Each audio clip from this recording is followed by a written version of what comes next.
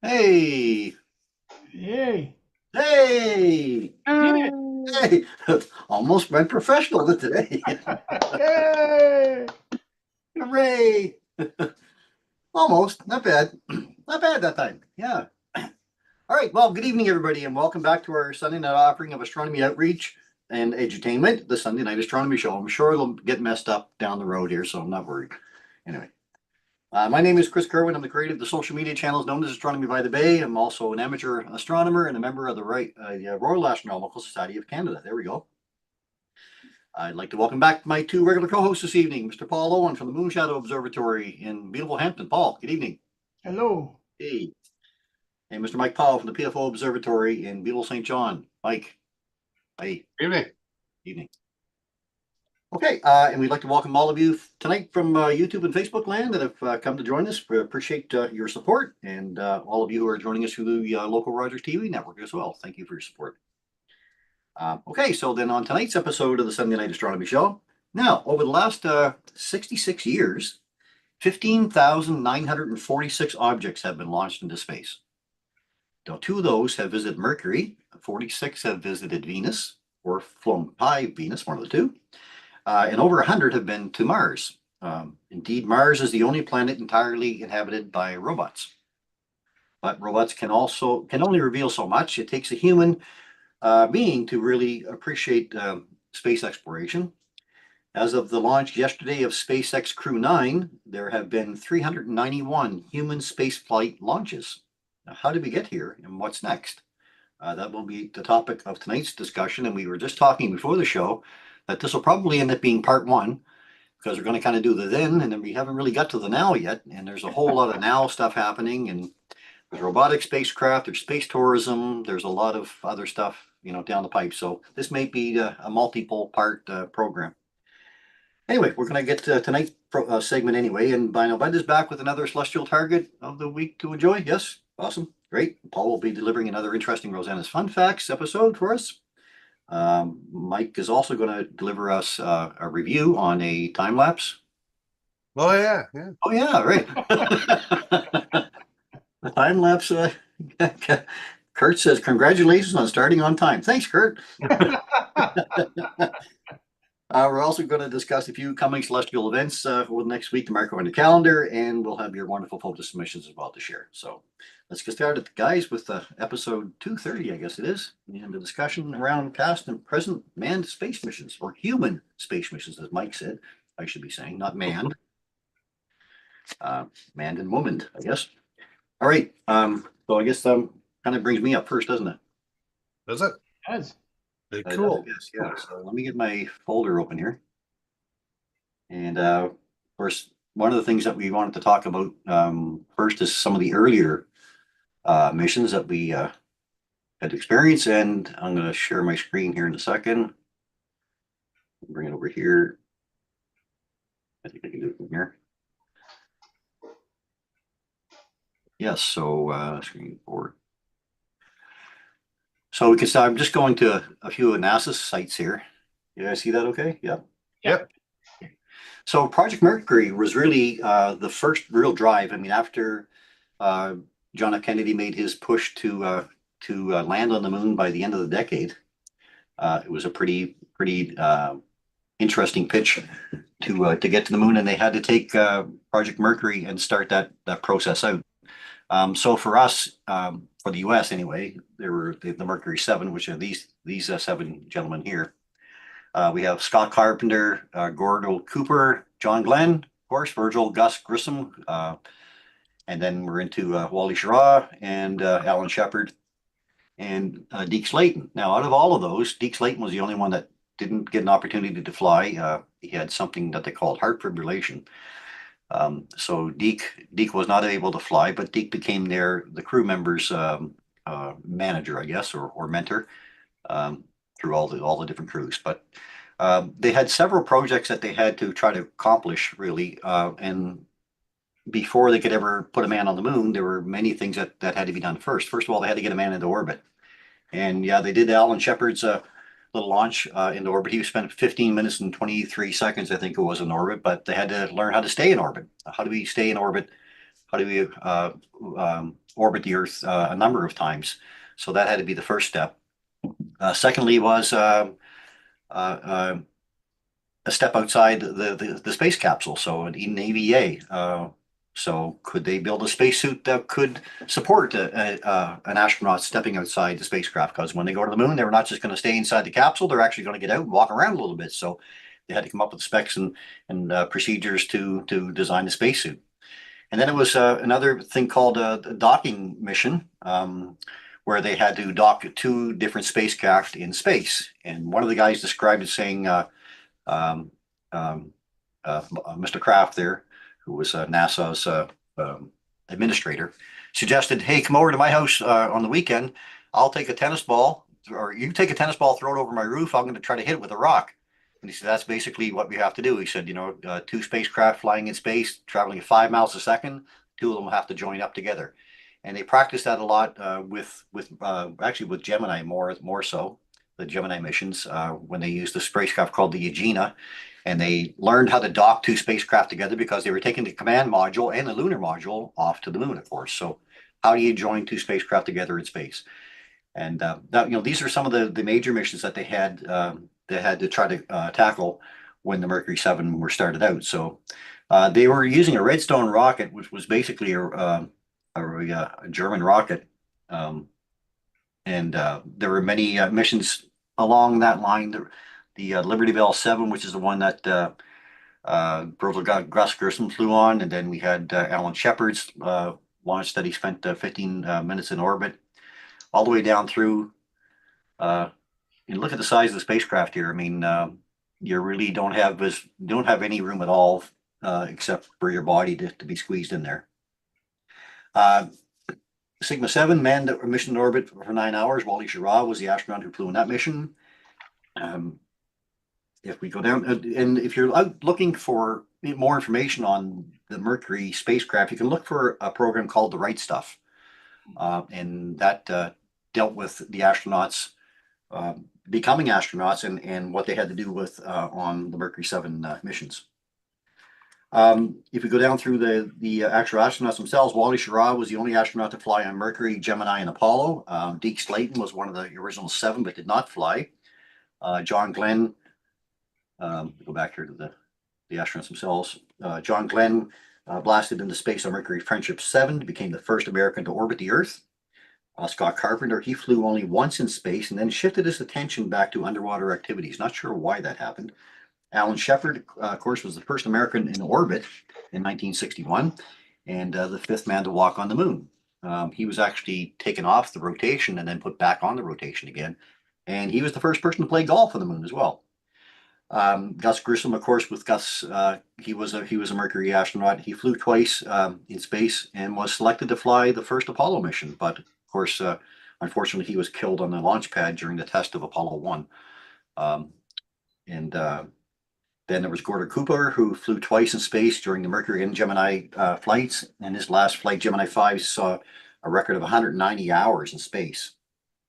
So that was the Mercury 7. These are the guys who basically broke the ice to get us into orbit and to start the process. If I go from there, I'm going to try to go to next up, which would have been the Gemini missions and Project Gemini here on NASA site as well. So there were 12 missions altogether, and they were spanning over 5 years. On each mission, they had mission objectives to accomplish. They were like Gemini. The first one was an uncrewed orbital test of the Titan II launch vehicle, a different vehicle altogether. So now we had a 2-man spacecraft rather than a 1-man spacecraft. The second mission was the second uncrewed Gemini test mission. Then Gemini 3 was the first crewed Earth orbiting spacecraft of the Gemini series. It was piloted by Virgil Gus Grissom and John Young. 4 was the second crewed mission of the Gemini series, carried Jim McDevitt and Edward White. And that was on a 4-day, 62 orbit, 98-hour flight. That concluded the first American spacewalk. That was Ed White. And then Gordon Cooper and Pete Conrad on the next mission. Gemini 6 was the 5th orbiting one, and then Gemini 7, the 4th crewed, as they go on through right up to number 12. 10th and final crewed mission. Then, of course, after the Mercury and Gemini missions came the Apollo program. So these were all the lead into. So most of the steps that had to be accomplished, staying in orbit, doing an EVA, checking out the spacecraft, a lot of those steps, docking, all those kind of things were already done by the time Apollo moved into play. And of course, Apollo was a Saturn rocket. There was 6 lunar landing missions and 11 crewed missions. Then we get into the likes of Neil Armstrong, Buzz Aldrin, Charlie Conrad, Al Bean, and their goals were to speak those words. They stepped on the lunar surface, establishing technology to meet other national interests in space, achieving a preeminence in space for the United States, carrying out a program of scientific exploration of the moon, and developing human capability to work in the lunar environment. So they started out with the Saturn 1B rocket. That was Apollo 1 was the first test mission of that, which of course caught fire. Then they moved to Apollo 4.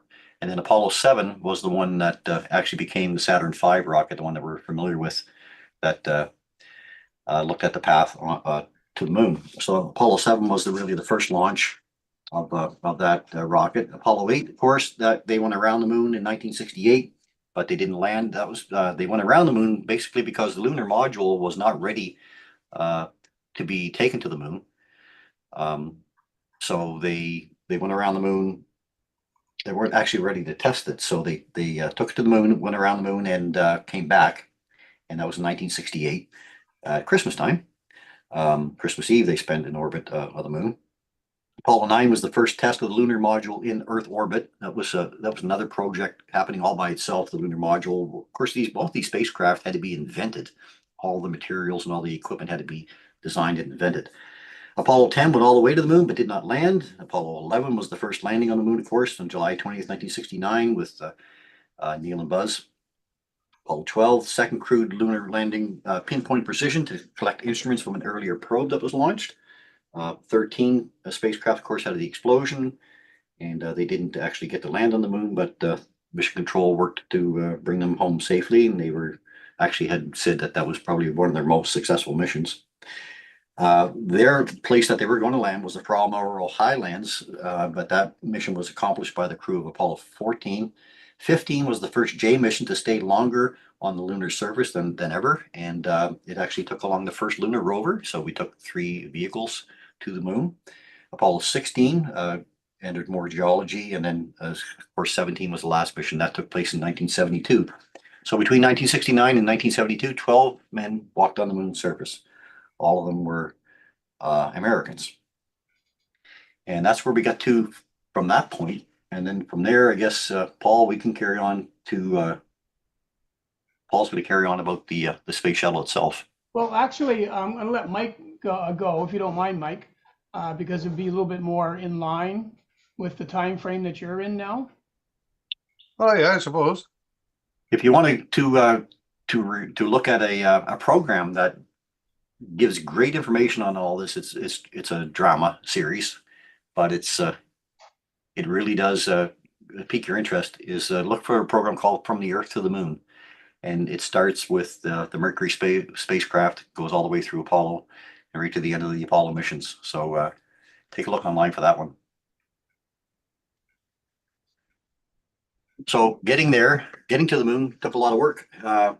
400,000 people across I guess most of the U.S. and we're concentrating on that one mission alone. Somewhere in the means of $20 billion that they spent to get man to the moon. But all those early astronauts took all the the biggest steps, of course, for risks of life, right? For sure. But you want to go on there for Mike? Okay. It's just when we're looking around at this stuff, saying, between then and now, what caught me was the technology between what they were doing back in those days and the technology we have today. And I found a picture that kind of blew me away and said, wow, what a difference to see between back in the days of the Apollo spacecraft and then what goes on today. And here, this shot here is a shot of the basically what I would call the dashboard in the Apollo 4 capsule. Now this, they crammed 3 people in there like sardines, and everything was knobs, switches, dials. There was basically no computers. The biggest computer they had less power than what you carry in your cell phone or calculator today, right? So it was not a computerized system. These guys actually flew these machines. They weren't just, stuck on the back of a rocket and sent up there. They were flying this stuff around. They were maneuvering it around. They were testing it all.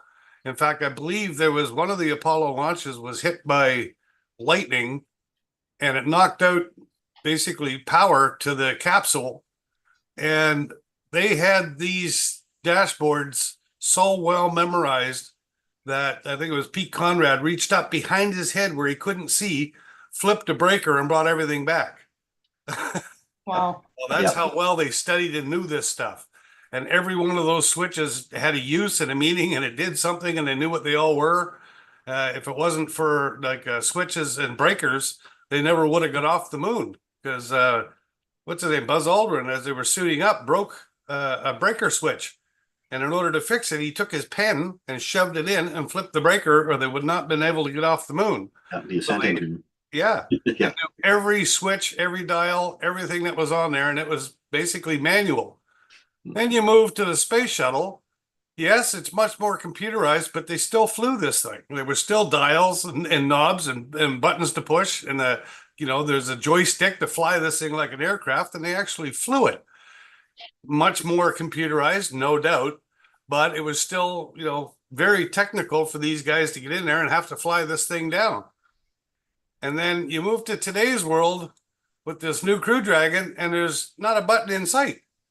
I think there's 3 touch screens, and I think those screens are only there for the astronauts to view. I don't even think they actually control anything. It's all done from the ground on the way up. In fact, if they're anything like my computers, you lose one capacitor and there goes your screens, you got nothing. So, you're putting a lot of trust in technology. That's for darn sure. And that was just one of the photos I thought was crazy, to go from all of this and actually flying the aircraft to basically going along for the ride. Because an astronaut now, all you need is lots of money. They just sent a civilian up there who paid lots of money to go up in space. And we didn't fly a thing. He just sat in the box and away they went. So I thought that was pretty cool, that one shot. The other one I was looking at, and I was showing these guys earlier, if I can bring this up. This is the retired and in development crewed space capsules from day one. From the Russians with their Vostok through Mercury, Gemini, Soyuz, and Apollo. We've all watched all of those on TV when we were kids. Moving up to a little more modern with the Russians, and then of course the Crew Dragon, which they're using quite a bit nowadays. New Shepard or whatever, there's that not owned by Blue Origins, that owns Bezos. Amazon or something. Yeah. Yeah. And then you go up to NASA's Orion and the Starliner that just took 2 people up and got them stuck up there. They brought the Starliner back, but the 2 people are be coming down in the next one. And then, of course, the Chinese moving on up into the latest stuff. And even Denmark, it's now going to send up, it's in development, but they're going to send up a 1-man space module. But you can see when it started with the Russians and Mercury, it was 1 people or 1 person. Moving on up to the Crew Dragon, that'll carry up to 7 people, right? New Shepard takes 5 or 6 people and so on. So, these capsules have gotten so much bigger. And instead of, again, flying the stuff, I think you're just going along for the ride. One other one I wanted to take a peek at, which is kind of cool, was these are the manned reentry vehicles through time, going back to 1961, with the Russians sending up Yuri Gagarin through Mercury program. Again, the Russians moved up to a little bigger so they could do their spacewalk. The Gemini for the Americans doing the same thing. The Soyuz, we're all familiar with Soyuz. It's been that system has been around for a long time, and it's still sending people up and bringing them back. Apollo, all through that series, right on up. This is the Crew Dragon, the new Orion system, and then of course the space shuttle, which was basically a space airplane. The Russians built one but never used it. The Americans launched it successfully and used it quite a bit, and that was all the different crew vehicles that have been up into space and come back down. So just some neat stuff. One other one I wanted to quickly show you was the size of the rockets from way back in the beginning with, you know, the Redstone and the Russians, what they sent Yuri Gagarin on up in, through the Atlas program, the Gemini program with the Titan rockets, then up into the Saturn 1B and the Saturn 5. And up until recently, the Saturn 5 was the largest of them all. I think the second closest was going to be this new space launch system. Has a heck of a lot more thrust and a heck of a lot more power, but it wasn't quite as tall. I think it was short by 3 feet over the Apollo with the caps or top of the cap on. And then, of course, Elon Musk, the private firm, with his new big launch system, that's going to be, this is only about 2/3 the size of that rocket. It's a monster.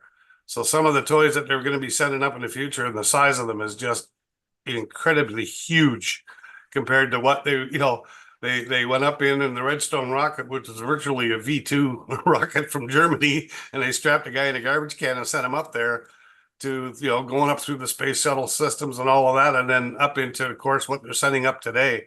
It's just incredible. And to watch, you know, everything here right up to the space shuttle was disposable. All that come back was a little crew capsule on the top. The space shuttle, well, we got the shuttle back. Now it goes up and we get, you know, half the rocket back, plus the capsule that it's set up on. So, you know, we're not wasting stuff, we're reusing it all the time. And I thought that was pretty cool. That's just some of the differences that caught my eye between then and now.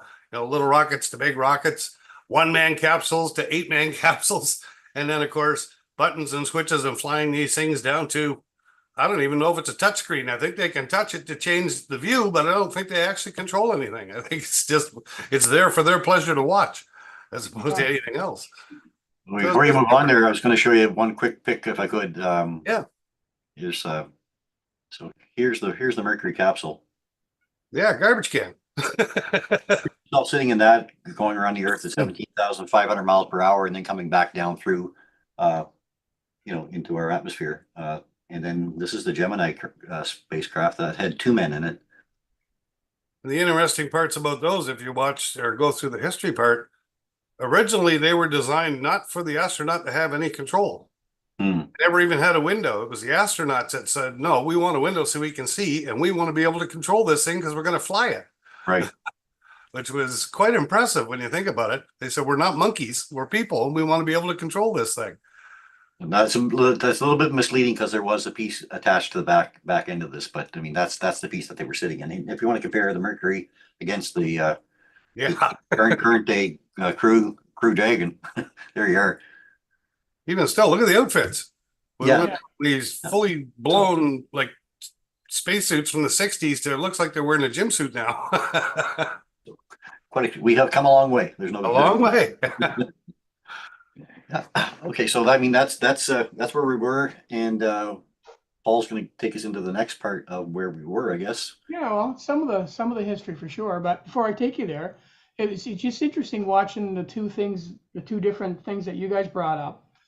And I was just thinking, like when I was a kid, and when we would get magazines or books, and we would look at rockets and things of the future, most of it was artist renditions of what it would look like. So we would grow up looking at these almost cartoon style rockets that were going to take us into the future. And you know, and then it came to pass to a certain point. And so we're looking at all those switches and buttons and all the things we used to push. Same as a lot of these people now are buying stereos again from yesteryear because they want all the analog buttons and things to push and twist and, you know, and that kind of a thing. But now I look at that, I think of, okay, if I was brought up in today's day and age, let's say I was born 10 years ago, and I'm now getting an interest in space because a lot of kids at that age are getting into it. All of the things that we just talked about are absolutely meaningless to them. And what they see are the third picture of what Mike showed in that picture of the 3 different dashboards of those rockets. And that's what they're looking at. So I wonder, what does their future look like in their heads? Because, you know, they don't understand all the stuff that happened before. And should they even know about that? Does that make any difference to them? Because that's not where the future of space exploration is going. I mean, it's good to have a history, but that's not where it's going. And it's going there so rapidly now. You know, what's it like now as a kid to grow up? And do they still have that same wonderment that we did when we were Yeah. kids looking at this stuff, if you know what I mean, right? I think that's why we need these moon missions to take place and to bring that thrill back again, right? To Yeah.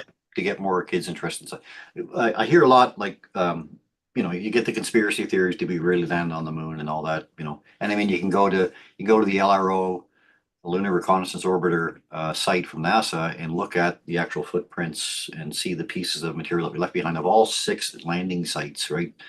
Taken from, and you can compare them against the actual footage, and it matches right up. But people say, well, we lost the ability, the technology to go to the moon. Well, no, we didn't. Maybe they don't look at that, but I mean, I wouldn't want to fly to the moon in 1960s technology today. No, why would you? Had a computer that that had 1/millionth the power that this Yeah. thing does right here. It'd be like being Christopher Columbus and setting sail, right? Right, Yeah. exactly. Rather than just getting into an airplane and flying across the ocean. Yeah, so I mean, of That's- course, that's we have to build a new spacecraft, because the new spacecraft is going to have all the things that we've learned Yeah, in yeah, technology in it from. yeah. I just found that whole thing interesting to look at, and I'm just trying to think when I was a kid, because that's when this happened, and it's hard to Yeah. believe. It hasn't even been 100 years. And No, look what happened. Yeah. It just blows my mind. Anyway, so let me talk a little bit about the space Yeah, shuttle so- program.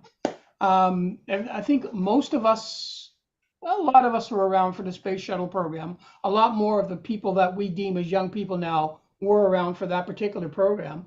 And really all it was a transport system. They figured we're going to put all these things up in low Earth orbit, and things that we're going to use for studying and for satellites and for whatever we're going to put up there. We're going to put those things up. But how do we get there safely? And how can we repeat going back and forth without costing us a bundle of money? What's the most efficient way we can do this? So back in, I think it was in the early 70s, they decided they needed to have some kind of a transport system. And believe it or not, back in those days too, the Hubble was in the minds of the people coming up with, what could we do to get a telescope out there? And then how are we going to get that? How are we going to launch that thing? And how are we going to get it up there? So believe it or not, STP, like the space shuttle systems, there was a culmination of a lot of different people and a lot of different ideas as to what they were going to do with them once they had it made, but they had to develop it. So the whole development process, as it is in any kind of space exploration, is here's an idea, and then all of a sudden they start branching. It's like, oh, I never thought of that. Well, let's explore this and let's explore that. And of course, evolution takes place. So let's look at the first slide I have. Let me just see if I can get it up here first. And I want to bring up, whoops. Where'd the picture go? There it is. Okay, I got to be able to share my screen now. Share screen. Can I do that? It didn't happen. Yeah, I should be able to. Okay, so let's share the screen. So what you're looking at are the 5 Earth orbiters that were built, but is this complete? No. Some would say no. Some would say I didn't realize there were 5 and whatnot. But no, it's not complete. This was a culmination of what everything happened after the testing, and the testing was this guy right here. So this is the Enterprise, and the Enterprise was the first launch shuttle that they brought up. But the difference between the Enterprise and all the other orbiters was the Enterprise didn't have any rockets on it. It didn't have anything. It was basically just designed to, and in fact, it was a big jet that brought it up and put it up into orbit. And the whole idea was to test, how do we get back to Earth? How do we do it safely? And how do we get all of these things so that when we actually have the shuttles and the rockets and they're doing their own thing, they have to test all that stuff first. So that was basically the one called the Enterprise. Now, what was interesting about that, right around that time, guess who was there to have a look at it? And guess where its name came from?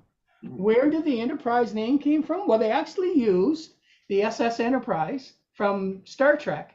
And in fact, there they all are in front of the Enterprise. It's Gene Roddenberry and the whole crew from the original Star Trek series were there for this big celebration of what they actually came up with. And of course, because it was named after the show, they just had to have them there. So I thought that's pretty darn cool for those Trekkies out there. And they often wondered, where do the names for all these shuttles come from? That's where the Enterprise came from, and it was the very first one that they actually put together. So I thought that was rather cool. So this is the two fellas, Hans and Fullerton, and they were the first two to go up in this thing and try to figure out how to get it back down and so on and so forth. And then, like Mike was saying, I mean, just you can even see that particular dash panel is extremely more antiquated than what the one Mike showed you on the one from 2002, I think it was. And wow, look at that. Old style fire extinguishers and everything on board. Notes on the screen, the whole thing. So that's kind of what they started with. And that was back in, I think it was back in the 1970s. Yeah, 1977. They came up with it and started developing it right around 71 and 72. But 77 is when they did their first maiden voyage, and that's the two fellows that went up in it. So that's kind of cool. So here it is sitting at one of the space museums, Shuttle Enterprise. This one's in New Orleans. This photo's from back in 1984. So they didn't discard this. They just kept it as a museum piece, and it's been around. It's moved around a bit. It's been in a few places to see. But that is, in fact, the Enterprise, and that's what kind of started the whole shuttle program back in the 70s. Unbelievable.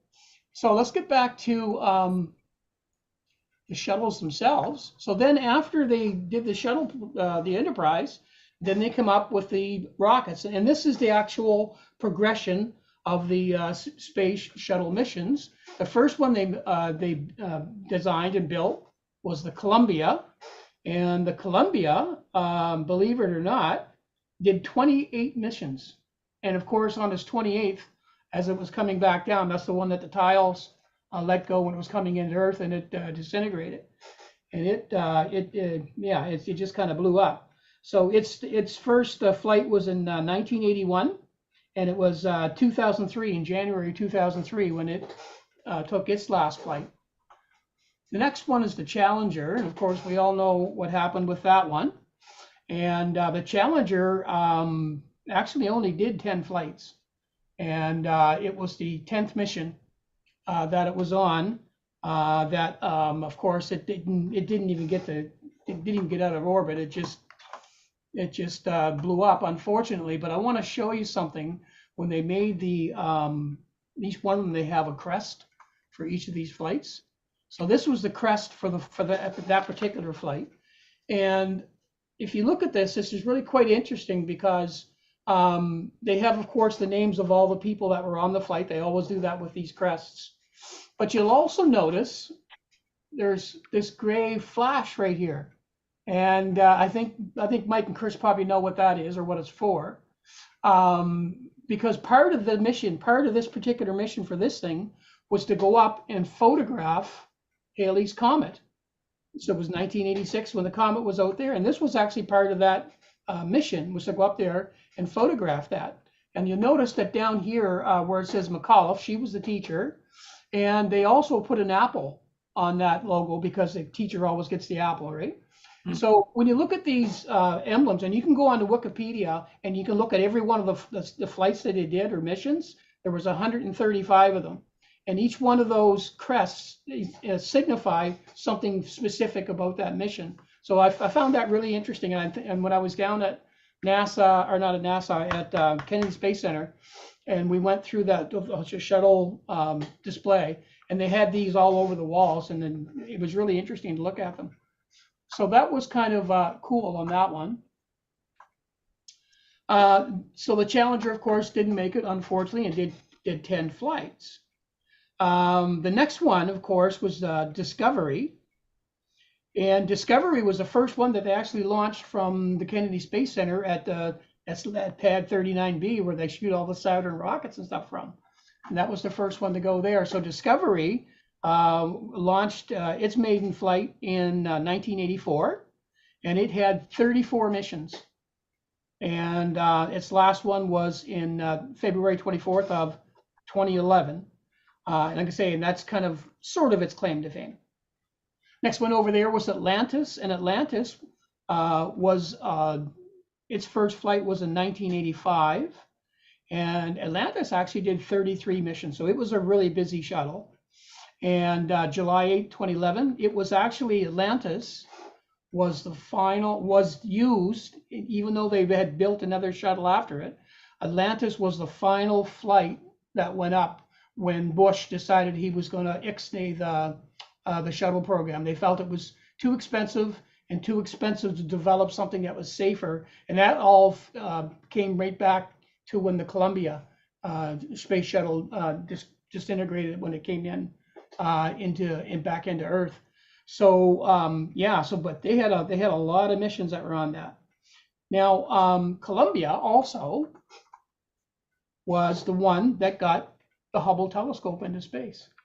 That was the one that was responsible for getting what we have been enjoying pictures of for, I don't know how many years, 40 years? Is that what it is, Chris? Yeah, I believe it is, Paul. Yeah. So anyway, unbelievable. So that was one that had it. Columbia also was the first one to bring up the Canadarm. And the Canadarm, that is something else that's pretty darn cool. I don't know if I have any pictures of that. Yeah, I do. Okay.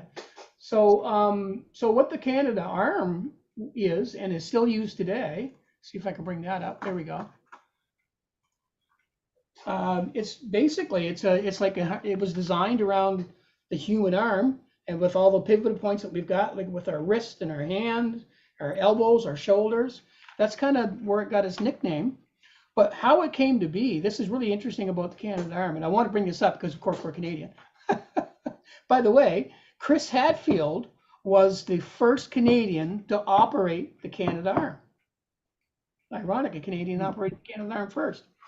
Anyway, NASA was considering an elevator type mast to deploy their satellites, but became aware of a fuel injection robot that had been developed for the CANDU reactor. That's basically where they got this idea. So NASA saw this, and they went to this company in Brampton, Ontario, and talked about it. And it was the robot that stimulated the idea from what would become the Canadarm. Isn't that something? So it was basically just that just been something to work in a nuclear reactor, and here it is. This is what came out of it. You just never know. So basically, sorry. Where'd you go? Oh, my camera keeps falling off. That's There you go.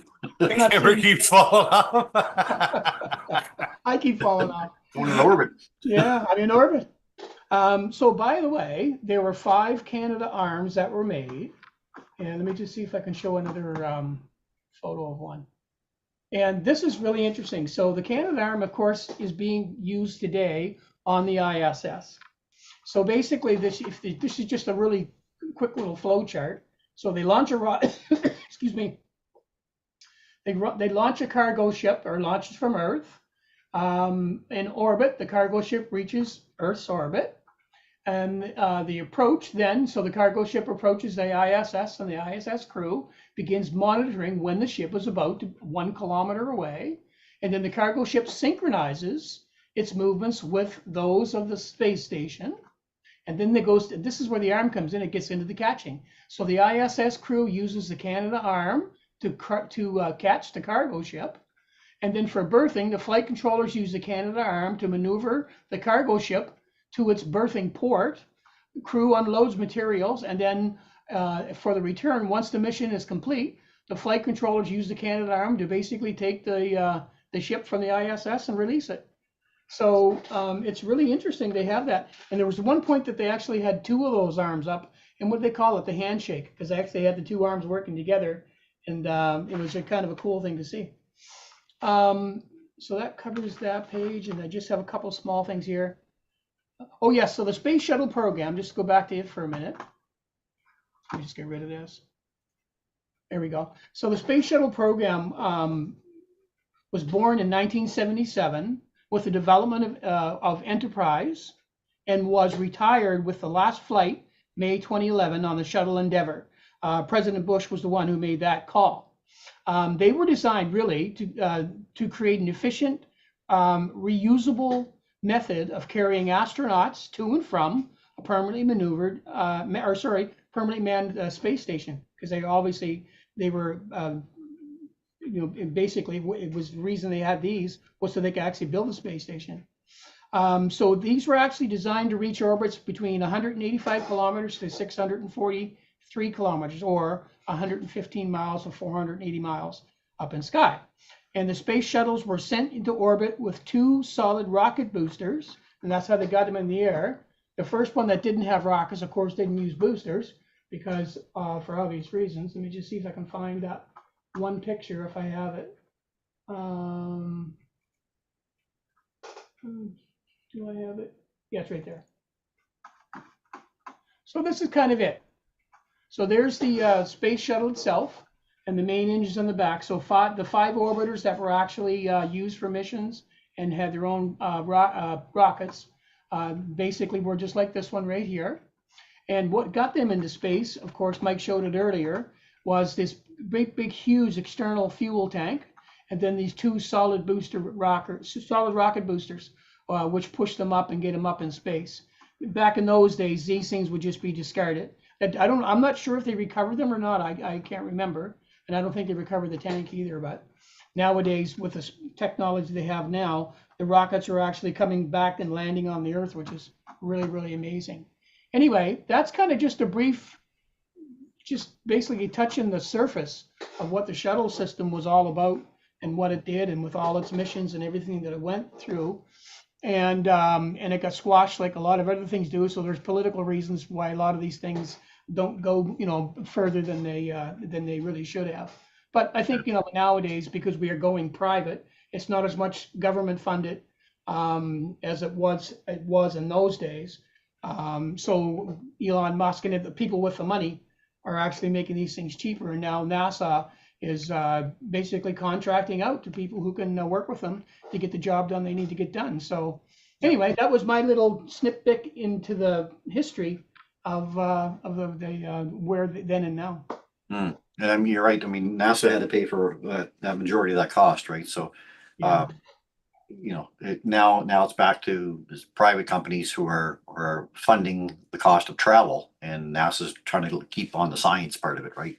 Yeah. I mean, we spent 52 years in low Earth orbit now, so it's time to get moving on to something else. But I know Artemis is, a bit delayed right now because they've also contracted out that part to Starship, really from SpaceX, right? So until Starship gets up and proves itself, they can't really send anybody to the Well, moon. I don't think we would have thought back in those days that from the NASA days, because I think when we were coming up, NASA was the space, the connection between us and space.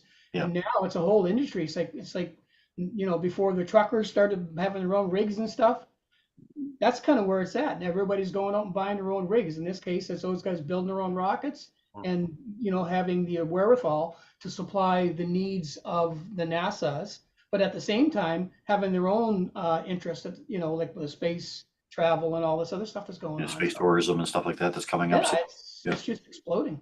We probably can't cover much more tonight because we're into 45 minutes. But I mean, we should pick this up again probably next week on the future or the missions that are now, at least stepping up to Artemis and SpaceX and that kind of thing. It's been interesting all the way along here, and you, like the three of us, have really grown up through this whole time. So to see when we were younger, to look up and imagine, people walking on the moon that time when it happened, it was pretty cool. Pretty cool time to be around. It's all right there behind me. There you There go. All right, let's go on then. We got to get on to some other topics, but that was great. Good start. Mike's got that camera that he was going to show us. Yes, right. So you want to do that first, Mike, or do you want to do Bino Bud quick? It makes no matter mind to me. What would you like to see first? Up to you, sir. Well, let's do Please, Bud up because to you. Bud's ready to go. Okay. So where's my screen here? Number 2, this one. All righty. Come on, share. There we go. All right, binocular target of the week. This week by Bino Bud is, and this one is well known, a double cluster, also known as Caldwell 14. Consists of open clusters NGC 869 and NGC 884, which are close together in the constellation Perseus. Both are very visible with the naked eye. NGC 869 and NGC 884 lie at a distance of about 7,500 light years away from us. Beautiful object. How do I find it in the sky? Well, it's not that difficult. Tonight, if it wasn't cloudy, which it is, it might be clearing off, but it's still cloudy when I just went outside. And at 11 o'clock, and orient yourself 50 degrees north-northeast, basically look up because it's going to be there. You'll find the W of Cassiopeia and come down towards Perseus from there, and you can't miss the double cluster in the middle. It's big, it's beautiful, and it jumps right out. Again, you find that W of Cassiopeia in the sky. Take these 2 stars on the long end of the W and come straight down, and guess what? It'll put you right on it, and that's what this diagram is showing you. Just draw a line between those 2. It'll drop you right on top of the double cluster. It is beautiful. What does it look like? Well, you can't miss it. 2 big clusters, a double. That's why they call it what it is. I don't think I've ever seen the whole clusters together in a telescope. I've needed binoculars to catch the whole thing because it's so big. I've come close with like an 80 millimeter scope, but binoculars, definitely the binocular view is something else to be seen. In 10 by 50s, there's your view. It takes up a lot of space and it's real easy to find. Compared to the full moon, got to be at least, I'll even go further and say 3 full moons across. So it's a big object. You look up, you see those 2 clusters together, you can't miss it, and it's something else to look at. And are you ready for this one, Paul? This one's specifically for you. How did the space teddy bear cross the road? He walked. Oh, I love them. waka, waka, waka. And that's binocular target of the week by Bino Bud. Oh, big round, folks. Okay. He walked. I like it. He didn't run. He walked. Do you want to follow that up with the equipment review, or? I can if we got time. You sure? Yeah. Let's have a look at your camera. Let's do it. This is a new toy to me, new to me toy that I picked up. And it's specifically all this thing does. It's a time-lapse camera. That's all it does is do time-lapse, nothing else. It's supposedly high definition. I don't know what it is. I think it's only a 4 megapixel, tell you the truth. Come on, focus in here. There's basically the lens. You can strap it to a tree, you can strap it to a post, you can strap it to just about anything. It comes with all the straps. It's got a USB port in the side here, so you can plug in and download the images or the video or whatever you like from the system down to your computer. If I unlock, and you can actually lock it, if you hang it up somewhere, you can lock it so that nobody can open it up and take the whatever's inside out of it. You flip the back open, it's a big lock. This opens up. There's your screen for looking at, making sure that you're on target or whatever you want to shoot is on a 3-inch screen, no different than looking at your DSLR. The buttons all down here, there's 6 of them, basically is on an on and off button, and the others are for programming. You can program it to do single photos. You can program it to do start now and finish when I push the off button. You can say start every Wednesday and finish every Thursday at a specific time. Or you can have it automatically take all the photos that you want across a given span, and it will shrink it into a time-lapse video for you automatically. And then all of that goes on to a little XD card slot right here on the side. You just plug it in. I found 128 megabytes, and I did a full 12 hours, excuse me, of time-lapse shots, which was, I think, 3,000 shots that I took, one every 15 seconds. And I think I used up 1.2 megabits. Wow. So this thing is actually, it takes 4 AA batteries here, or it's got on this side, you can put 8 more AA batteries. It is made to turn on and run solidly for 6 months straight. Wow. I got a tickle in my throat. Contractors buy them when they're building a building. Set this camera up, start taking your time lapse, and guess what? When you're done, you watch the building go up in a 5-minute video, That's pretty start cool. to finish. It's really, really cool. Cost was about $150, and that's all it does is take time lapse videos. It will switch to infrared at night. You can have a light on it if you choose. I turned the light off for my night shots because I wanted to see if I could film star trails and things like that. Sure enough, it picked up stars. And I got Cassiopeia and stuff rotating across the sky, and you can see it clearly. I even picked up some aurora with it one night. And I thought that's pretty fascinating for a cheap little $150 camera to do nothing but take time-lapse shots. And what's the brand name, Mike? Yeah. This one here, Tech. Yeah. Yeah, let me find my glasses. You had that. Had to that's my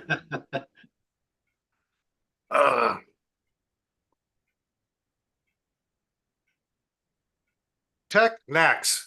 Technaxx. Technax. Amazon. Time-lapse camera.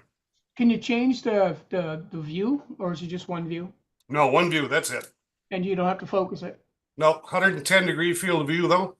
Yeah. So it's pretty good. Hmm. I mean, it's wide field for sure. Like I said, it's made for contractors or people to buy. Basically, that's what it was designed to do. Set it on a building and then let them build the building. If you watched, I think Irving used one, and they built the new building and showed it in time lapse. Okay. The new Irving headquarters being built. This is the same camera they used. Wow. So pretty neat little rig, and I was quite pleased with the what it gives you. I don't know if I have a quick time lapse video I can show you, but I've posted them on my Facebook page anyway, and you've seen the results that come off of this. Yeah, But for $150, if you have an interest in just doing nothing but time lapse video, it's pretty cool. You can just take it, point it straight up at the sky, hit start, and walk away. So it's got a thread on the bottom for a tripod? It's got a 1/4x20 thread on the bottom. It's got a 1/4x20 thread on the side. It comes with a strap that'll go through if you want to strap it around a post or anything like that. It's got the grooves here on the top to I don't know if you can see it, but if you want to strap it around a tree or something like that, you can mount it up like that as well. It might even be good if you wanted to use it for, hunting, like those night cameras that the guys use for hunting and stuff, Animal cams, yeah. because it's got the infrared system built into it. And Dan was asking about it. Doesn't track though, but you could put that on a tracking mount, though, could you not? if you wanted to, that Yeah. wasn't my goal. My goal is just to basically point it up at the sky towards the North Star and get everything rotating around it, or Yeah. and actually see if I could pick up stars, and I could. So would you use it for like an all sky cam? Could you? Well, no, because you have to download the stuff and then plug it all in. An all Skycam, you should be able to access live and see it live anytime you like. Yeah. And it will. I have yet to see if it'll pick up a meteor going across the sky, but of course, in city lights where I am, Bortle 5, it's not too many bright ones that you would get. Can you change And, the exposure rate? What's that? Can you change the exposure rate? No, it does it all by itself. Okay. So it's just basically, it's a plug and play. That's all it is. Turn it on, set it to the type that you want to do. Yeah. I set it up to do individual from the time I push the button to the time I shut it off. I want a picture every 15 seconds, but I can adjust that to every 30 seconds, every minute, Okay. every hour, whatever I want. You can set it up to do a time lapse video on its own. Like I said, you can set it up to turn on every Monday at 6 o'clock and shut off every Friday at 2 o'clock and take That's so any cool. number of different images in between. Yeah. But And it's you a get cool good little battery tool. life from it too. You're getting good battery life from it too, eh? It'll run on a total of 12 double A's total inside it. It will run for 6 months steady Wow. without shutting it off. That's turning it on and letting it go for 6 months. That's unbelievable. So, and it's all weather sealed. So, I mean, rain, water, you can basically stick it underwater, nothing gets in. It's got a big rubber seal. This snaps on quite tight. and then there's a rubber seal all the way inside here Mhm. that seals it when you close it, and it's completely watertight, and you're good to go. That's a neat little toy. I thought it was kind of cool, and I like the results I've been getting with it. Yeah. Just for fun. If you want to just set something up, go out, leave it in the woods, point it at the night sky, and see what you get. It's It'd kind of be neat. interesting to try it with Milky Way. Yeah, Yeah. I would. I want to try that eventually. I thought it'd be cool to set up at one end of the field at a star party. Oh, You right, catch the goings on from start to finish, the whole star party, and throw it into a time lapse. That'd be perfect. Unfortunately, I didn't get it before we went to Fundy, or I would have used it there. But Yeah. Oh. Well, you know what? Maybe the next Irving outing we have. Yeah. yeah, In a couple of weeks, yeah. We have Yeah. one at the Irving Nature Park in a couple of weeks. Right there. focus. See, it doesn't have this autofocus problem that these stupid things have. I even shut off autofocus my settings in Windows, but that's Windows for you, right? Janice asked, will the memory card hold 24 hours? What's that? Will the memory card hold 24 hours? She A says. 512 megabit memory card will hold 6 months. How's that? So is it shooting JPEGs, Mike, or is it shooting what's it shooting?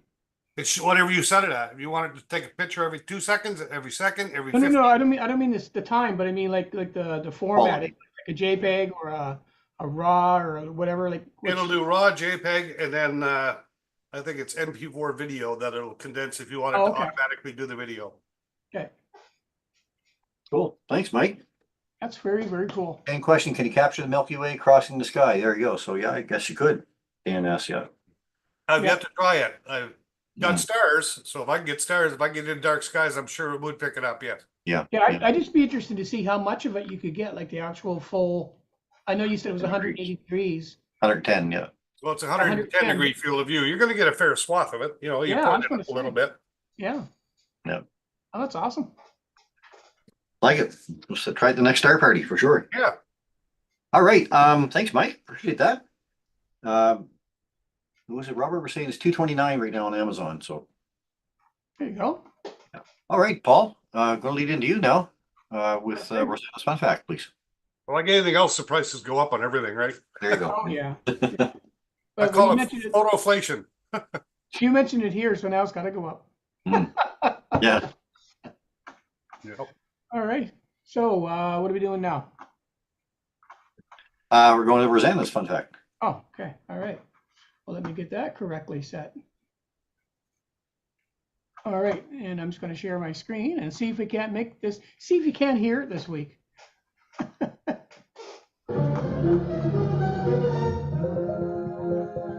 Rosanna's Fun Fact. Hey, welcome back, Rosanna. What a great week we got lined up with Rosanna's Fun Fact. And of course, as usual, it's always a very timely subject. So let's get right into it.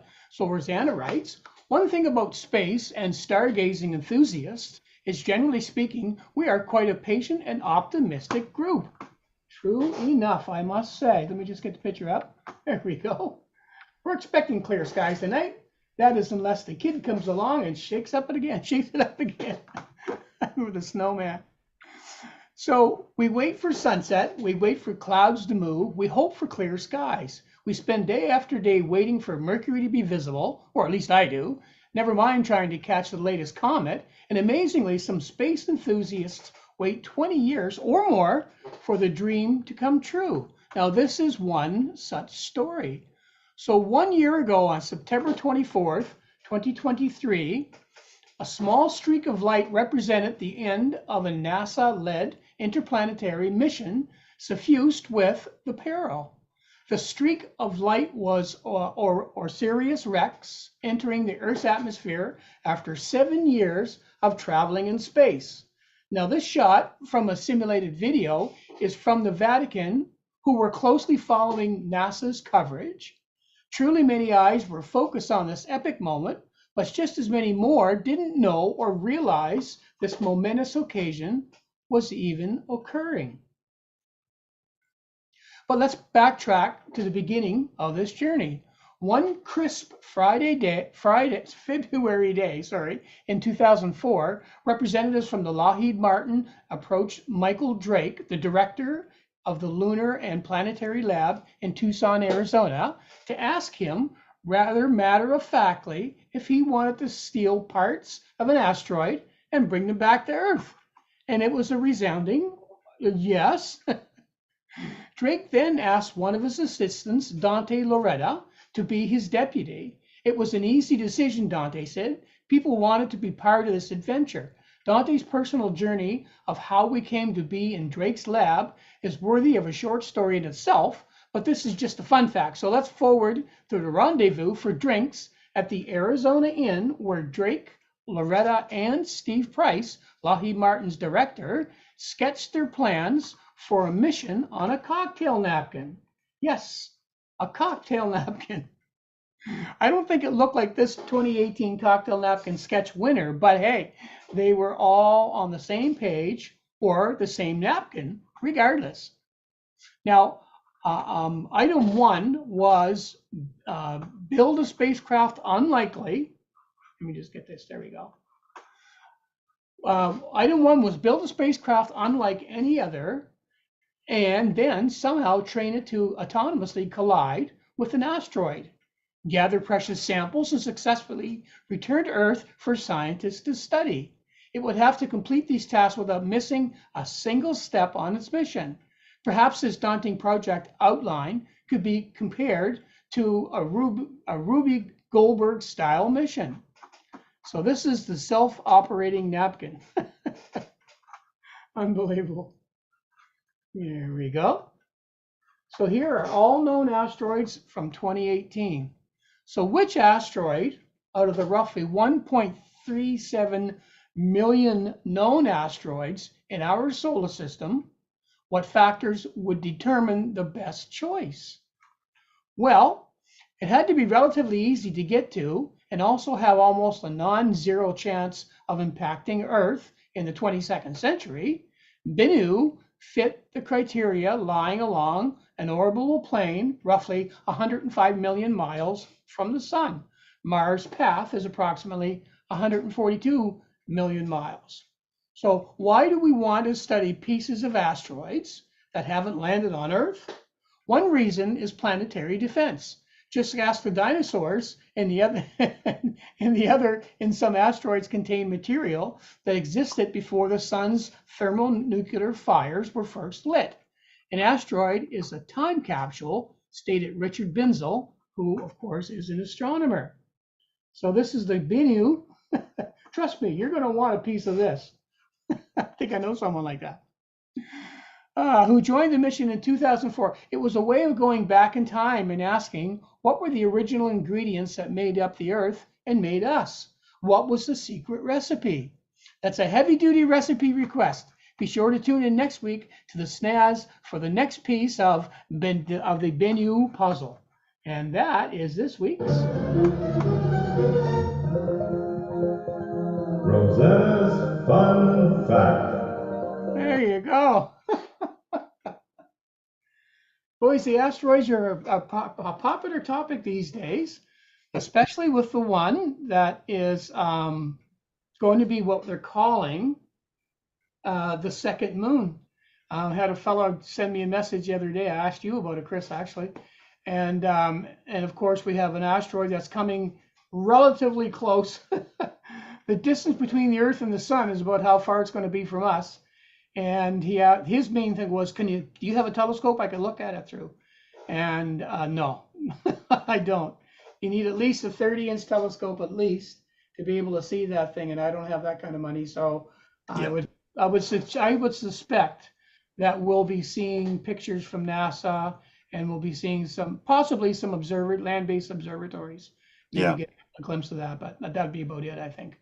Yeah, I think a 30-inch diameter or larger, and then you still have to use a camera of some type to capture it, Right? because it's only 10 meters across, right? And Yeah. you're talking about, and it's going to be here till the 25th of November, apparently. So it's Yeah. not really. I mean, we have one moon the one that's behind you there.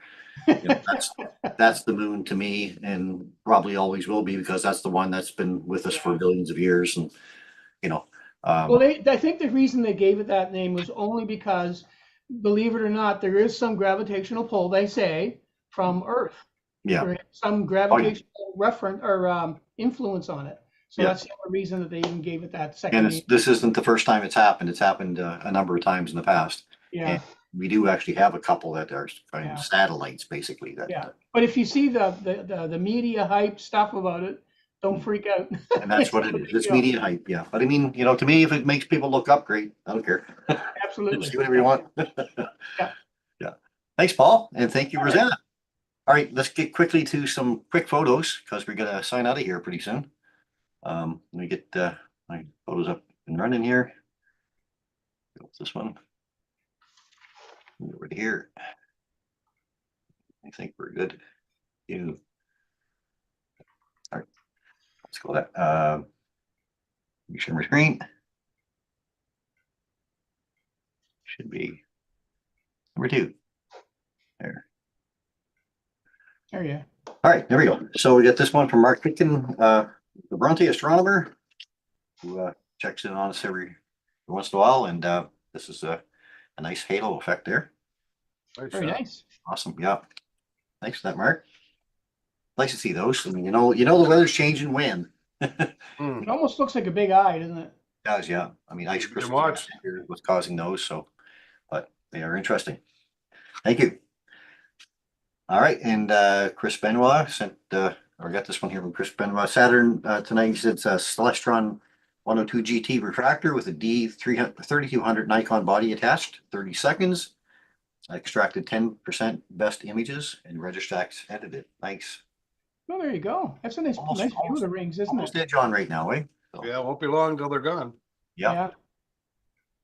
Well, a couple of billion years, but Yeah. we know what you mean. All right. Move on from there to do David Smart's captures. He sent me in a few of them here. He said a few pictures for you.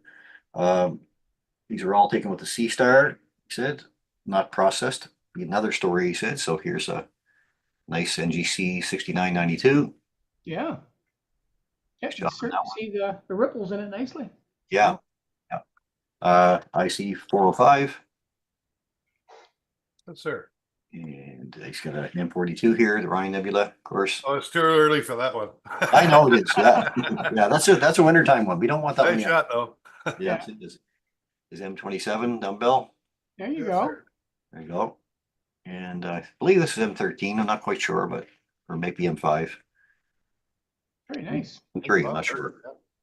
Nicely done. And then he sent me a couple from Dwarf 2 as well. There's this Andromeda from Dwarf 2 telescope. Wow. Yes, sir. M45, I guess. So nicely done. Nice. Thanks for those, David. All right, move over to Robert Gadet here. His capture of the Sol Nebula, C-Star S50, 1 hour and 8 minutes exposure time at 10 seconds each. I used a Hubble palette, processed in Serial and Photoshop. Sure. He's really hating my tree line. Yeah. And another one here of IC63, the Ghost Nebula in Cassiopeia. Like that too, nice. Done. Good stuff, Robert. None Yes, of us sir. like tree lines. No, that's right. No, over to Mr. Powell. Nice shot. Some moon there, Oh, buddy. look at that. Well done. Couldn't get a comet, might as well get the moon. There you go. That's a nice second prize for sure. Well done. And Paul's sunrise capture here. Yes, sir. Yes, over the river. Nice, Paul. Yeah, beauty. Good stuff. Yeah. All right. And if you would like to send any photos, as you can see, we'd love to share them. So you can send them into astronomybythebay@gmail.com. And we'd be happy to bring them up on our next broadcast. So let's quickly look at what's coming up this week. Quickly peek at Mercury is going to be at Superior Conjunction on Tuesday, I believe. So Superior Conjunction means it's on the other side of the sun from us. Inferior Conjunction would mean it's between us and the sun. So Superior Conjunction, we're not going to see it for a little while. I believe it comes up in, if I rotate this right way, should be up in our sun and more. So I would say evening sky shortly after this, but Kurt might be able to correct me here. So Mercury's not visible very often. It only takes 88 days to orbit the sun, but it's out of sight for now. Zodiacal light in the next 2 weeks in the east before sunrise. So that's that big faint glow you see there. Oh. And that is dust in the solar system, actually. That'll be good out to Split Rock, right behind me. Yes, sir. Yep. I got there a couple of years ago.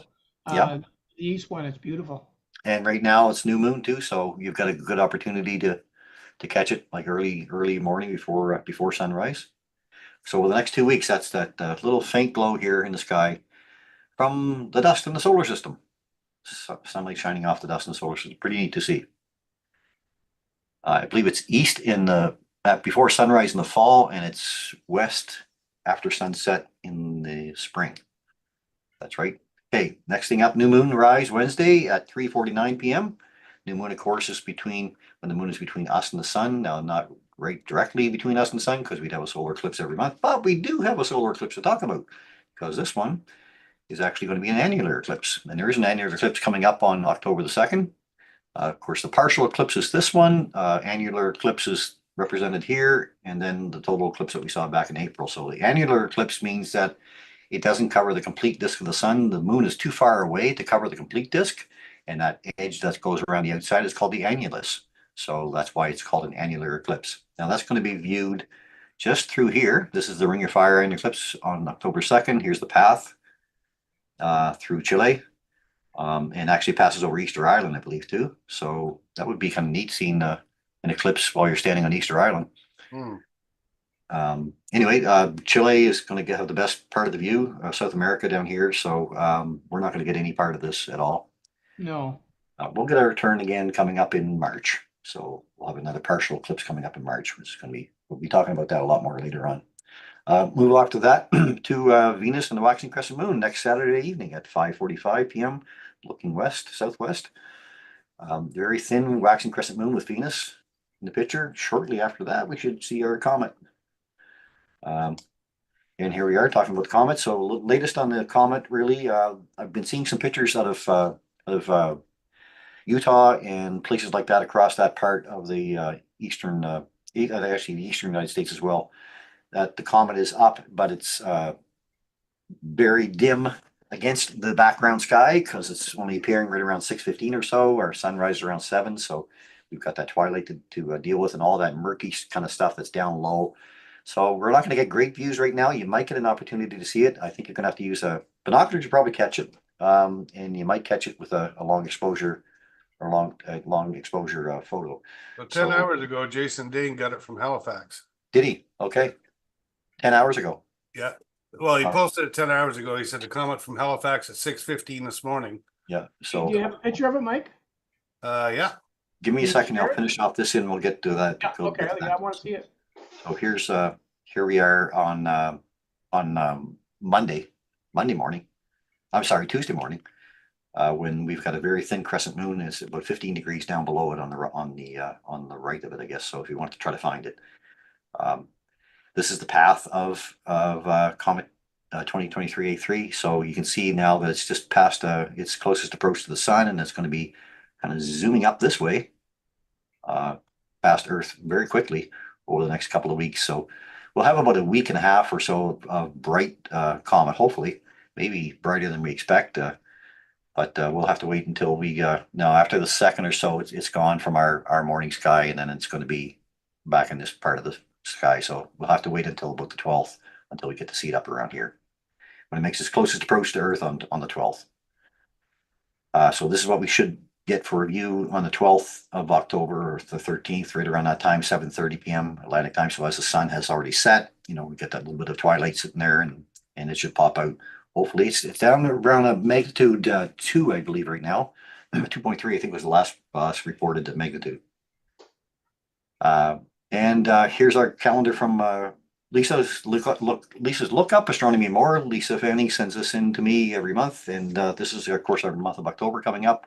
Our new moon, Venus, 3 degrees below the moon, and then all the way through until we talk about Eyes on the Comet 2023 A3. So she does list the events, the date of the event, the peak time for it, and the seeing tools you need: naked eye, binoculars, or a telescope. You can find Lisa at Ruby Moonbeams on Instagram, Twitter, Mastodon, and Facebook, and now on Threads as well. So check her out there. And this is our September-October calendar put up by Kurt Nason. This is about a 6-week calendar here, so we're up in around this area right now. You can download this at sjastronomy.ca and take a look at what events are coming up. And I think that's all I got. So let me do a stop share. We go back to Mike's picture there. Mike. Not my picture, Jason Dave's picture, but you see that? There it is There you there. go. Yes, There you go. Yep. Does he say anything about how he captured it or anything? Or Yeah. 2023 Chestnut from Halifax around 6:15 a.m. this morning. Oh. Above the sun. Single 6-second exposure with a Nikon 850D using Samsung 135 f2 lens, cropped and processed. Yeah. Nice so shot. it's there. Wow. You It's there. got it. Yep. You got it. It's going to be a whole lot more impressive, I'm sure, coming up in a little bit. I get to try tomorrow morning. It looks clear, so I'm going to be hunting her down. That Oh, yeah. looks high enough off the horizon. Hopefully that I'll get it from my viewpoint that I want. Oh, I think you will. Yeah. All right. Well, I guess that's our show for this evening. A little bit long this evening, but glad to see everybody in here with us, staying with us. Special thanks, of course, goes out to Rosanna for fabulous fun facts again. Thank you, Rosanna. We hope you did enjoy the program this evening. We'll probably do a part 2 type of thing of what's coming up. After the shuttle program, there's a whole lot more to talk about. Might even do a part 3. Who knows? We hope you did enjoy the program tonight. All of you who shared the program for us, thank you all. We had about 55 or so shares tonight on Facebook, which is Oh, awesome. nice. Really nice. Remember too, we do love getting your photos, so send them into astronomybythebay@gmail.com, and we'll be happy to put them up on our next broadcast. And a special thanks again to our friends at Rogers for joining us this evening. So until next week, wishing all of you clear skies. I'd like to say, guys, open your eyes to view the skies. Oh, just a sec before we do that. We want to make mention of a program that's coming up that involves the 3 of us. You want to? Okay, sure. Yeah, go ahead. No, Go go ahead. Well, yeah, you led into all that. Oh, so workshops. Yeah, so we have a workshop coming up in Hampton, and we are, as the Sunday Night Astronomy Show, going to be putting on a 4-week workshop. The first week is going to be October 16th. Each of us will cover a topic, and on the 4th week, we will do a roundup, a conclusion, basically, and look for questions and that kind of thing. We might even have an observing night included in that. It's free charge. It's going to be at Hampton. What's the name At of the Hampton Visitor Center. Hampton The Visitor old train station almost, that looks like a train station. That's where you do the visiting at. Right, from 6:30 to 8:30 Across the on. area, yeah. So starting on the 16th Wednesday, it's going to be 4 Wednesdays in a row. Starting on the 16th from 6:30 to 8:30, and we welcome you all to go out and learn something about astronomy. If you're a beginner and you want to learn about the night sky, or Paul, now I'll be talking about the night sky itself in general. Mike is going to be talking about equipment, of course, and Paul's going to lead us into photographing everything. So how to use your camera at your best. So that'll be happening on October the 16th for our first night. So hope we can see you there. There, how's that? Now can I wrap up? Perfect. Yeah. So as I was saying, open your eyes to view the skies and keep your scopes pointed up. Thanks everybody for joining us, and we'll hope to catch you next week with part 2 of our talk about space missions. And let's go to our screens share, and we'll share.